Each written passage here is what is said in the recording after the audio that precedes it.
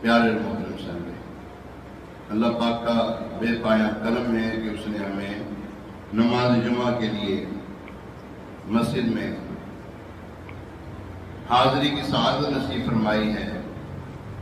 یاد رکھیں، اللہ پاک کا کرم ہوتا ہے، اللہ تعالیٰ کا فضل ہے تو ہی بندہ نماز نیک اعمال کر سکتا ہے، گناہوں سے بچ سکتا ہے۔ اللہ تبارک تعالیٰ کا اگر فضل نہ ہو، اللہ تبارک تعالیٰ کا اگر کرم نہ ہو تو بندہ کوئی نماز نہیں پڑھ سکتا، عبادت نہیں کر سکتا، کوئی نیک اعمال نہیں کر سکتا، گناہوں سے نہیں بچ سکتا۔ تو ہمیں چاہیے کہ ہم اللہ تعالیٰ کا فضل اور اس کا کرم مانگتے ہی رہیں، ہمیشہ مانگتے رہیں، یا اللہ اپنا فضل فرما، یا اللہ اپنا کرم فرما۔ ہے جی، کیا کہنا چاہیے؟ بولیں ذرا، یا اللہ اپنا فضل فرما، اپنا کرم فرما۔ ٹھیک ہے، دنیا میں ہم جب تک زندہ ہیں ہم اس کے بغیر نہیں رہ سکتے۔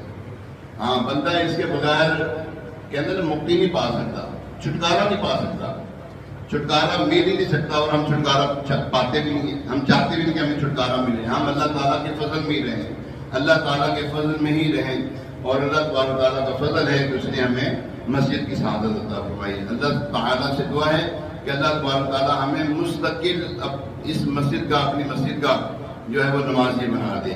کہیے آمین، آمین بجائے نبی الامین علیہ الصلوۃ والتسلیم۔ آج 20 صفر المظفر ہے، 1447 سنہ ہجری ہے، بمطابق 15 اگست 2025۔ کل کا دن جو گزرا ہے وہ تھا 14 اگست۔ اللہ اللہ، 14 اگست 1947 کو پاکستان آزاد ہوا۔